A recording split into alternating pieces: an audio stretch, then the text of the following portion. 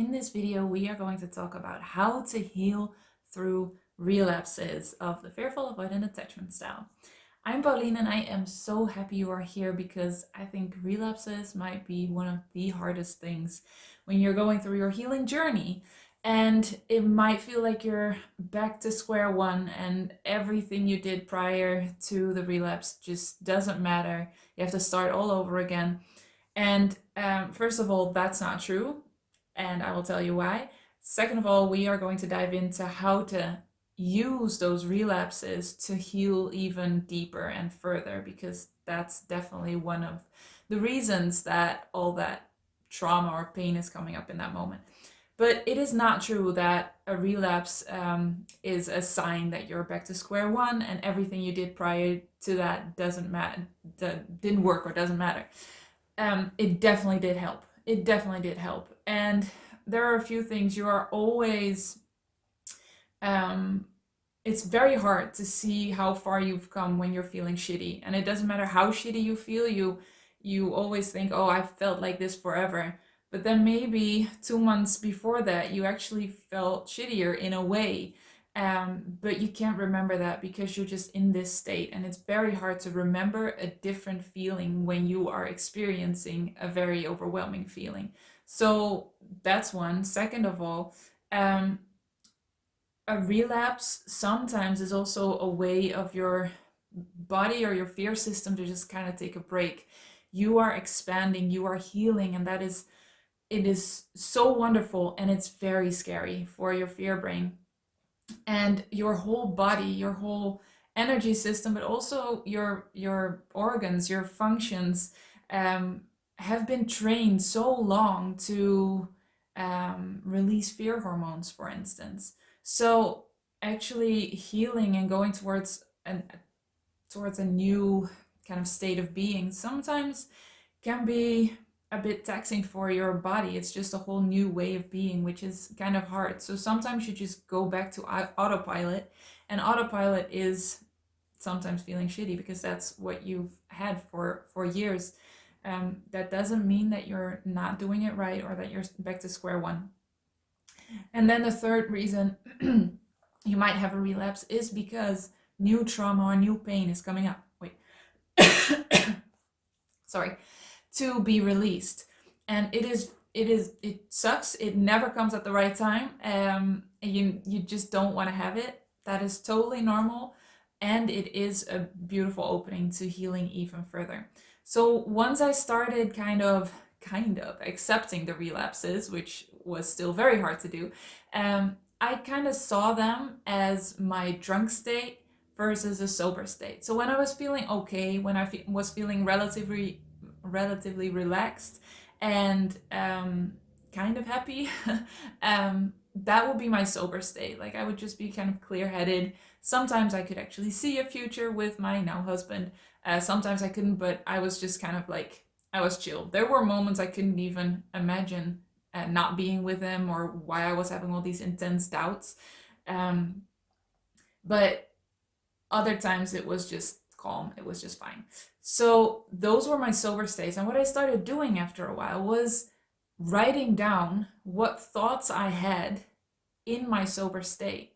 So the problems that seemed so huge and insurmountable when I was in my drunk state, so when my fear brain and fear system were completely activated and my attachment style was completely triggered, those problems didn't really seem like problems when I was in my sober state. I would be able to have a thought and be like, oh well, but this and this happened, so that's not an issue at all. And I just noticed these really big differences. So I started writing all those down. And when I would be in my drunk state, so when I would go through a relapse, I would actually read that little journal that I kept.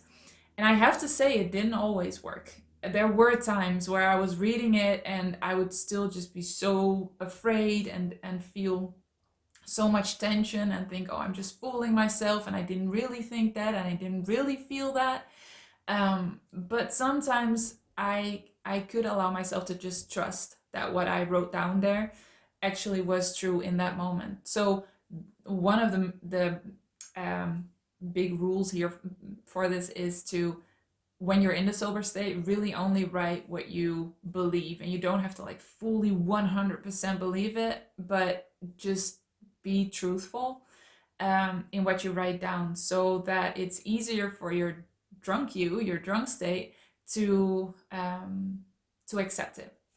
So the drunk state and the sober state really helped me. And I didn't know I had the fearful avoidant attachment style at that time. So if I would have, what I would have done would be recognize that I was actually in a crash state. So I was actually in my fear, my fear brain was activated and my attachment style was triggered. And I think it would have been easier because I wouldn't have seen it that much as a relapse. It would have been just more, oh, I'm triggered, I'm activated. What do I need? What does that little girl inside me need? And that's very valuable to see, instead of, oh, I'm back to square one and I have to start all over again. So what can really help to take it one step further is journal about what's triggering you. So you're recognizing you're in the crash state and your attachment style is triggered, and then journal about what's triggering you. And then tap. I use tapping so much, the emotional freedom technique. And I actually, yesterday I read a comment and I decided to do a video on this this week. So I was in a bit of a triggered state. I was not in a crash state. I don't think I am anymore because I've healed so much that I definitely wouldn't call it a crash state. I was just kind of triggered. And as soon as I had the idea for this video, I just kind of walked over here and pushed record and just said what was going on and took you through my whole process. So that's what you're gonna see now. This is like really real and raw. And we're gonna tap and all the things. And then after that, I'm gonna come back, my now me, and I'll tell you what happened after. And we're gonna close out this video.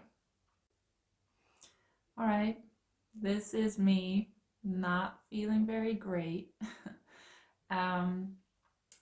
And this probably would have been a relapse all those years ago when I was in my fearful avoidant attachment style. I wouldn't call it a relapse now. I look at it differently a lot, but I do feel kind of shitty. I never thought I would do this, be on camera, no makeup, nothing. I just had this idea, walked over here and pressed record. I wanted to take you through the process live of what I do when I feel this way. And I want you to know that it is so normal and so human to just feel shitty. Feel shitty every now and then. Everybody has that. And you don't get to see that often, do you? So we have this whole social media highlight reel of just people feeling good, kind of feeling good, or sometimes when really bad stuff happens, but not when they are triggered or not when they just feel really bad about themselves. So I don't see it as a relapse anymore. I don't feel like this is a relapse. It doesn't feel like it used to feel at all. I mean, it's probably 1% of what it was. But I think I had the idea that if I would have been healed, I would just feel perfect all the time. And that is not the human experience. That is not what we're made for.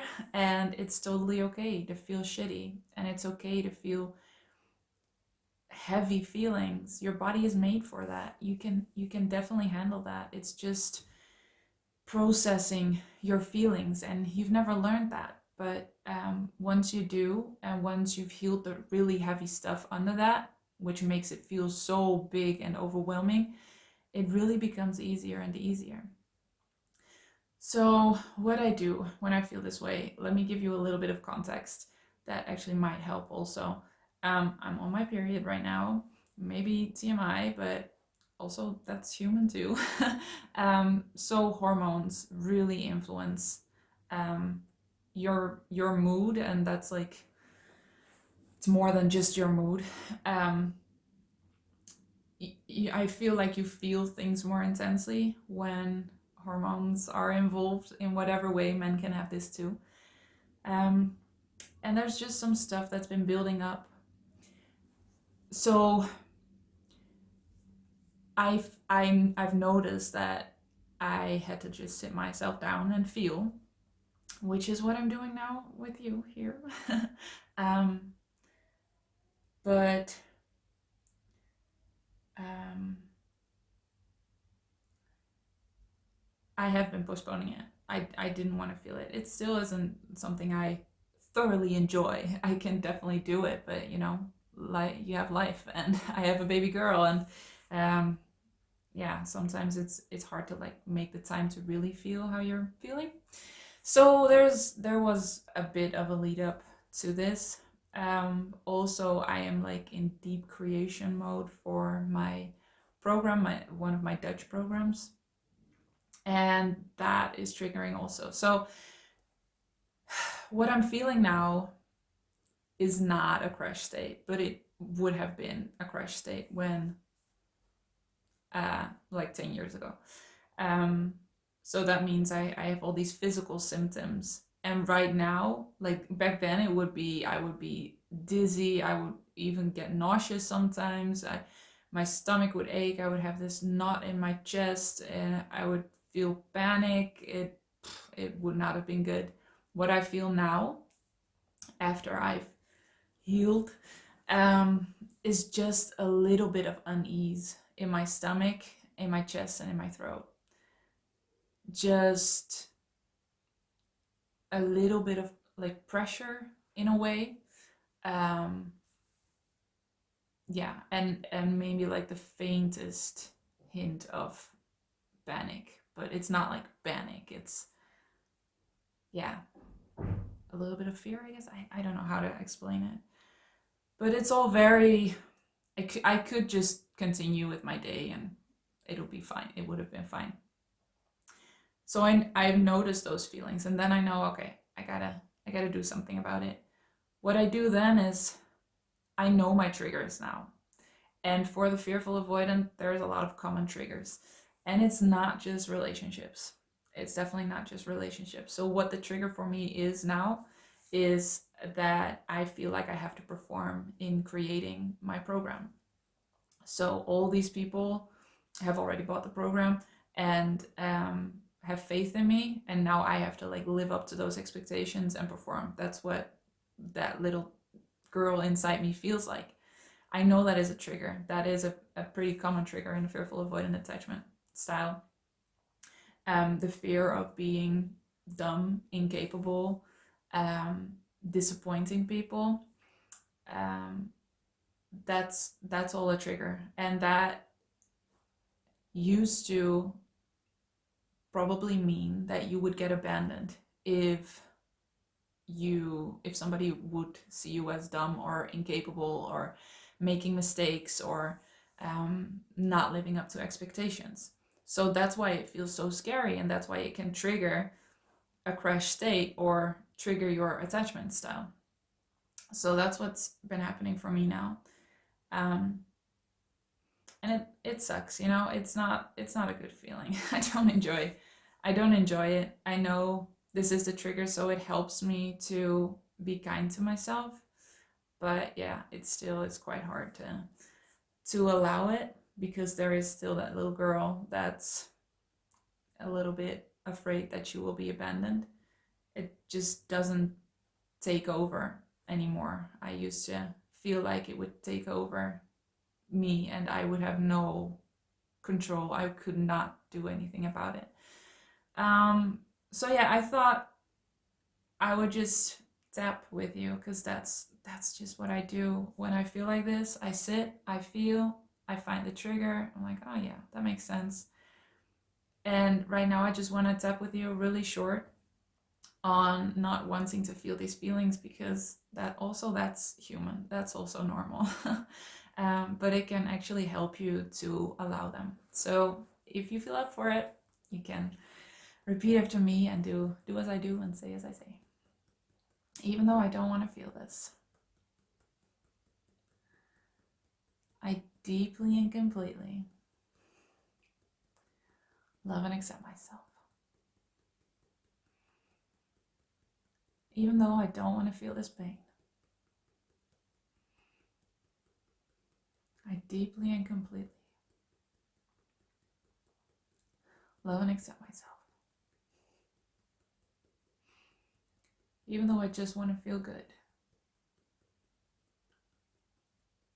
I deeply and completely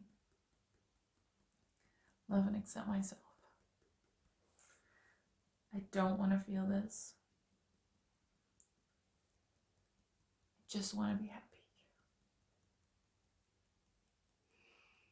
I just want to feel good. Just want to feel like a normal person.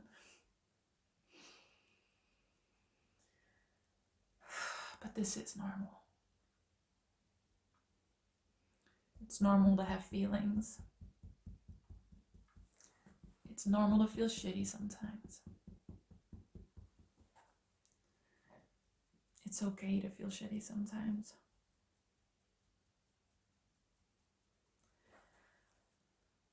What I'm feeling right now isn't forever. Feelings come and go. And I can allow them.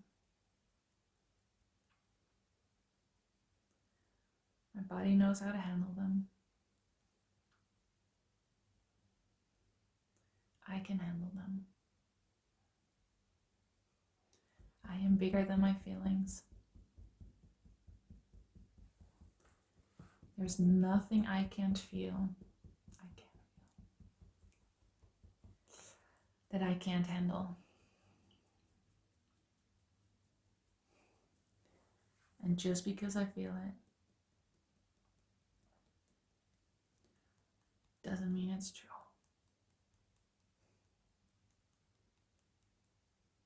I don't want to feel this. And that's okay. I don't have to. It's my choice. I get to take care of myself.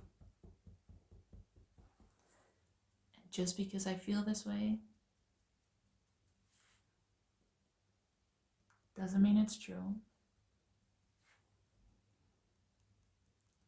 It doesn't mean I get abandoned. I'm okay. I am safe. Even when I feel shitty. And I choose to love myself and honor myself fully and completely.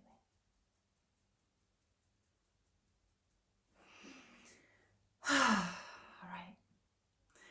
That might help you to actually allow the feelings, to feel what you're feeling, because that will bring you the most healing.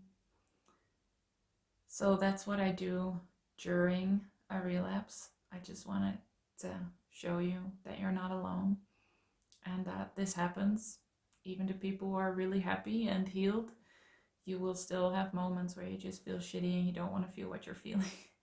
So it might actually be too much when you're in the middle of the Fearful Avoidant Attachment Style. So do whatever feels right. It can be that all these feelings just feel way too overwhelming, and that's okay. Then you don't have to do everything right now. Just take care of you. So what I'll do now is I'm gonna go tap, probably cry a lot, because I do feel some like deep pain that is still there.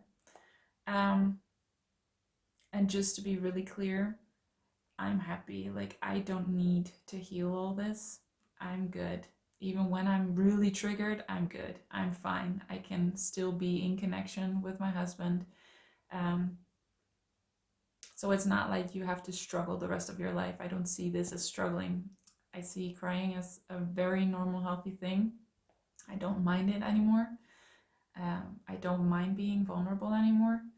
I just know that whatever I can heal, will make me feel so much more light, so much lighter, and so much better, and better and better and better. So just want you to know that you really do not have to struggle for the rest of your life, even when you keep healing. So I will be back and tell you what happened or how that was, and give you a little bit more context around this.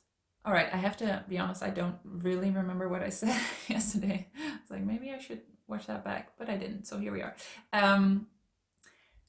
So I always end with tapping, and I did tap yesterday after recording this video. I didn't go as deeply as I would have wanted because life happened. I have a little baby girl, and I was distracted, and then, you know, the night went on, and after that I was just too tired.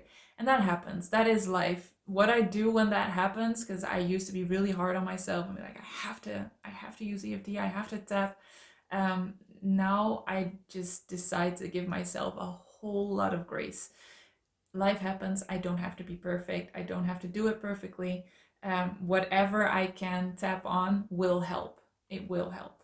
And what I also do when I don't get to tap as much as I want to is trust the healing ability of my body. So when you don't do anything, you just allow the feelings, you are healing in that moment. So you don't really have to work that hard, and you don't have to actively do something all the time, which is actually also kind of like a characteristic of this attachment style, that you feel like you have to do something all the time to get better, to be more perfect. You don't. Your body is healing constantly, and the more you get out of the way just by allowing your feelings, the more you're healing. So that's that helps me, and I hope it will help you too. Then about the tapping, what I would do, so we tapped yesterday, or we tapped just now in the video. So that was just about allowing feelings, and then what I do is I would just allow or repeat a phrase over and over again. So yesterday, for instance, that would be, I have to perform, I have to perform, I have to perform, and I just felt a bit of anxiety around that. So I just tapped and repeated that phrase over and over and over again until I felt like it was like kind of dwindling down the fear around it or the tension around it. And then sometimes I find an opposite that feels good. So this could be I'm good enough as I am, or I get to receive anything I want just because of who I am. Whatever feels right for you, and then you can tap on that. And in the beginning, that will create a little bit of tension because your body doesn't really want to, or your fear brain doesn't really want to accept that. But as you keep going, it will accept that more and more. So that's just like a simple way to tap on whatever is coming up in that moment. And then I wanted to say another thing. Gosh, I know I don't remember. Yeah, all right. Maybe it's not coming back. So it is definitely possible to heal. Oh yeah, I was gonna tell you what happened. So now, even though I haven't gone as far as I would have wanted to, I feel so much lighter. I feel so much better around the whole performing thing. And it's so funny, tapping can actually make you feel like what was an issue just a day ago is just not an issue anymore at all. And that's I still am amazed by that magic of EFT, that you can just tap on something and it's just gone. It's gone. You just can't imagine that that would hold you back so much, or that would trigger you so much. It's like a switch is turned off. And there are other things that will come up at times, but yeah, that thing you are working on, that specific aspect, that will definitely just be released. And that's just so awesome. The thing is, with this attachment style, you kind of have a lot of things that come up. So it's always better to go to the absolute root causes, and release that. I am actually working on, right now, it's the idea of a program, because I am in deep creation mode for one of my Dutch programs. But once that's finished, I will start the English program just for the Fearful Avoidant Attachment Style. So if you're interested in that, you can put yourself on the wait list. It's in the description below. And I will let you know once I'm working on it. I might actually ask you a few questions just to be sure that it's everything you want and need. Yeah, and I'll keep you updated. So it is definitely so possible to heal through relapses, and they are presenting themselves a lot of times to be healed. And as soon as you start seeing them like that, it will help you so much. It will make them so much lighter. Um, but whether you are able to use EFT or to just allow the feelings to help your body heal, give yourself grace. You're not perfect. You don't have to do this perfectly either, this whole healing journey. You will have ups and downs because that's human and that's totally okay. You can still have the most amazing life and the most amazing love, even if you're not perfect and even if you still have things to heal. So I really, really want you to know that. If you want to know more about the Fearful Avoidant Attachment Style, there are videos maybe here somewhere and in the description below. I am so incredibly happy and honored that you are here.